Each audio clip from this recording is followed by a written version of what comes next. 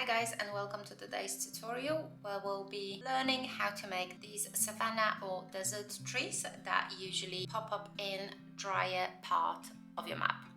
So usually those trees will be visible in the regions where it doesn't rain as much and where the usual leafy trees do not grow anymore because they don't have enough moisture.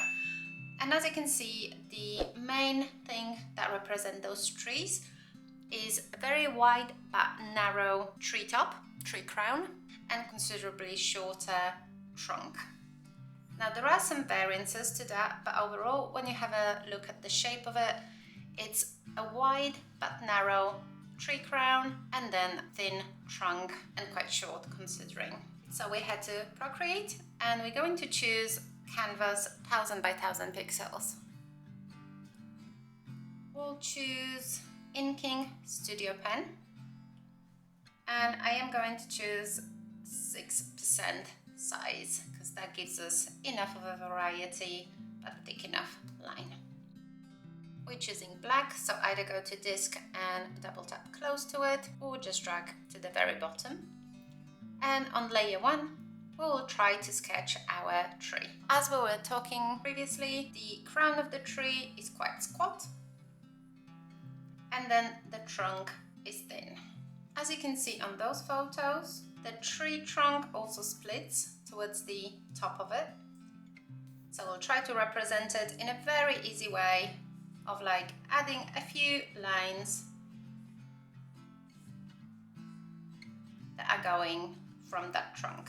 And don't worry about the thickness as of yet, that's gonna be like our shadow.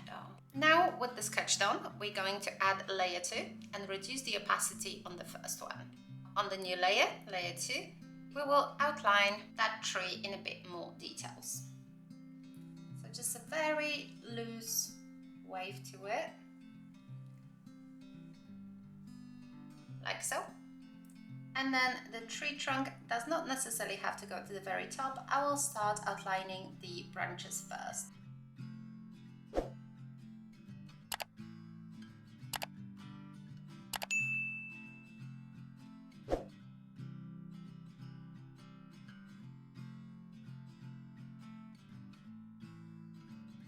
I kind of like it without the connection to the top here, so I'm just going to add a quick branch going out and that's it. I'm happy with that. I'm gonna switch off the sketch underneath and with slightly thinner, so about 4%, slightly thinner lines, I'm going to add a bit of volume to the tree itself. And wherever the line goes in, we're just gonna create a quick line like so. And it doesn't have to be everywhere either, so just use your judgment as to where you want to add them, because in the end they will be quite small on the actual map and the details that are very small won't be visible on the finished piece anyway. So I am happy with how that looks like and I'm going to keep it.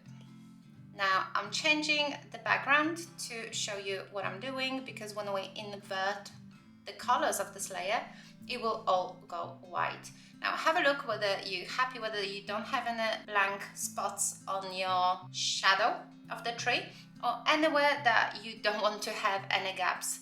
I'm happy with how mine looks like, so I'm going to copy.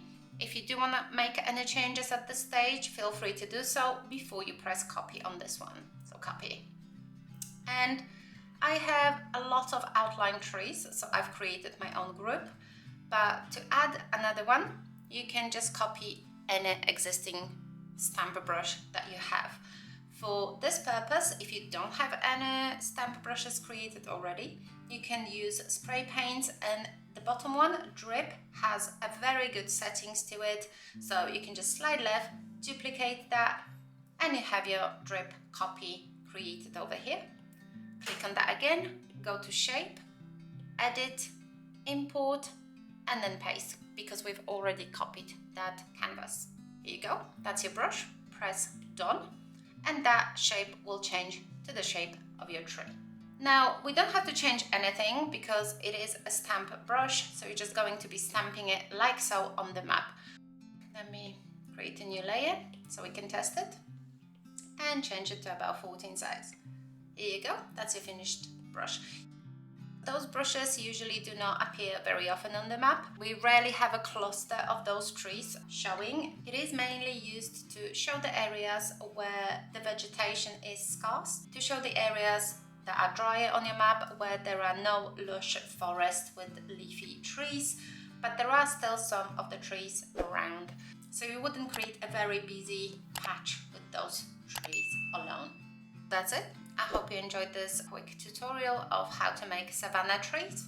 Have fun creating, and as always, I will see you in the next one. Bye!